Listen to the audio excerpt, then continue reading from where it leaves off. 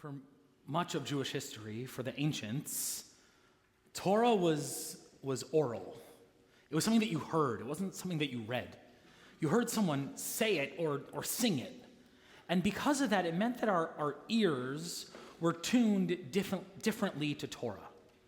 When we'd hear words and sounds and patterns and we heard them, it caught our attention. One of the words for that is a leitmotif. Motif is like that thing that appears again and again and again. The leitmotif comes like it's a little musical, or a theme that comes back, like da da da da da da. Right? You hear it and you know what it is, and it calls you those different moments in the movie. I asked Google for the best ones. The other one is dun dun dun dun dun dun dun dun. Like you see that, you hear it throughout the canon, and it calls your attention. You know what's about to happen. In the Parsha this week, there's one root that shows up. I counted. I think I'm right. If I'm not, I'm close. And if you go home and check me, I'll give you 12 Shabbat bonus points. The root for to see, lirot, appears, I think, 15 times in this week's Torah portion. And the word eyes, 11. That's a lot. Comes back again and again and again. And because we'd hear it, and it would show up in different grammatical functions. It'd have different letters before and after, different vowels around it. But we'd hear that sound of to see, and it would call our attention in hearing this kind of silly story to try to dive a little bit deeper into it. This is one of those good stories that you learn if you go to summer camp, because it's a summer story. Like, our students don't always learn it because it's a summer story. So in December, we get the Andrew Lloyd Webber section of Torah, where we get Joseph. Now we get the Shrek section of Torah. Today we get a talking donkey. Right? There's this wicked king who, and many of the wicked kings are not the brightest fellas in Torah. This guy's a bit of a doofus. And he says, I see this people who, they cover the sight of the ground. There's so many of them, I can't see the earth below them. And I know what they did last week and the peoples that they defeated, and I'm afraid of them, so let me go find a prophet. Let me go find some guy who will curse this people so they don't harm me. So he finds this prophet Balaam and cajoles him into coming to curse. And Balaam says, I can't curse, I say whatever God puts in my mouth. And the king is like, yeah, well, whatever, I'm going to pay you, come curse. So Balaam gets on top of his donkey, and they're making their way to the mountain where this bozo king is waiting for them. And along the road appears an angel with a sword, because God is not happy that Balaam is atop this donkey going to curse the Israelites. And Balaam, he can't see. He can't see the donkey. He can't see the angel. But the donkey can see the angel. So the donkey squeezes up against the side of the wall, veers off off the road, and the third time just lays down on the floor. And every time, Balaam whacks the donkey with a stick. And the third time, God opens. And we think, opens. I know what happens when you open up your eyes. Finally, Balaam's going to open up his eyes and see. God doesn't open up the eyes. God opens up the mouth. God opens the mouth of the donkey, and the donkey says, will you stop hitting me, please? Don't you see this angel in front of me? And then Balaam finally sees. Then they continue on their journey. They go part way up the mountain.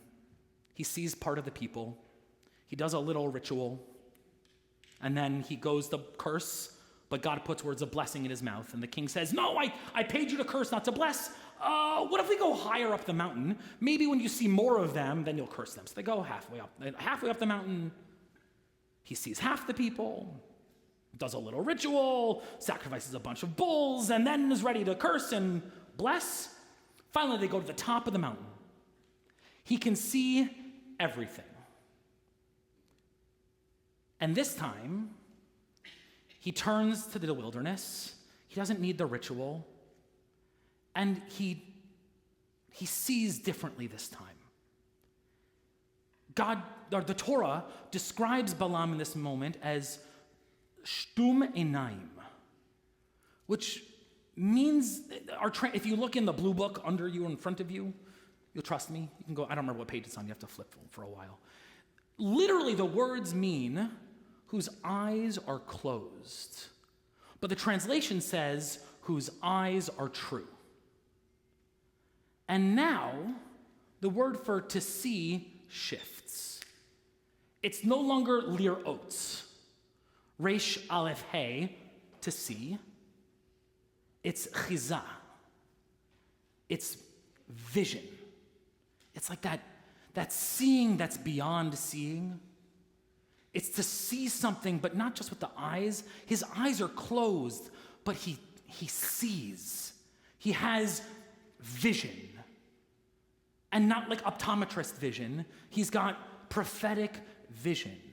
And in that moment, he utters words that those who come on Saturday morning, those who've had B'nai Mitzvah, have heard and sing. He offers the words, Ma tovu ohalecha Yaakov mishkanotecha Yisrael. How goodly are your tents, O Jacob, your dwelling places, O Israel. He offers this blessing, this non-Israelite prophet, paid to curse us, offers blessing that starts our morning worship. How good are your tents, your dwelling places? He sees something about us. The Torah portion is asking, maybe even begging us to think about what it means to see. What it means to maybe first be atop the donkey. The things that are so obvious right in front of us. The angel on the road with the sword telling you to go back, that we just don't see, and helping us to open up our eyes to see what is. To see the signs that are calling us to stop, that it's enough already. Calling us, telling us this is not the path to walk upon. To open our eyes and see some truth. And then once we've opened our eyes and seen the world, we can close them and have vision. You may notice I'm at times an eyes closed prayer. I don't know if that's weird for the congregation, and if it is, I'm sorry, I'm going to keep doing it. There's something different about what you see when your eyes are closed. That you're not stuck with just what's right in front of you, but we can see something broader. We're not limited to just what's right in front of us, but to be tapped into something more eternal, more universal or foundational, some deeper truth that is our obligation as people of faith to see and to know, to not be stuck in the little and the mundane, to be stuck in this election or that election, but to be tied in rather to the values that we are rooted in, that have been the foundation of the prophetic call of our tradition for millennia. That's our work. Our work is prophetic vision. It's to see the progress that Balaam makes. From eyes closed, shut out to the world, only worried about what money is about to go into his pocket, to seeing the signs that are right on the road in front of him. If he will only open his eyes and see them, and then casting off all the extra stuff, closing the eyes, finding some truth and offering what needs to be said that's deeper, that's truer, that's not stuck in the muck, but might speak in a register that elevates us to something beyond the day-to-day. This is a sweet and silly story about a donkey that talks, and a bozo king, and a prophet who's not in charge of the words that come out of his mouth. It ends with some licentious stuff, and you can read that when the kids aren't around. But the melody of this story, the leitmotif, the songs that come back again and again, ask us to see, to open our eyes and have vision. As we navigate the winding, tricky road up the mountain, as we journey together, may we have the merit, the wisdom, and the blessing of vision, of being able to open our eyes together and speak words that are true so that we might be a fountain of blessing for ourselves and for the worlds.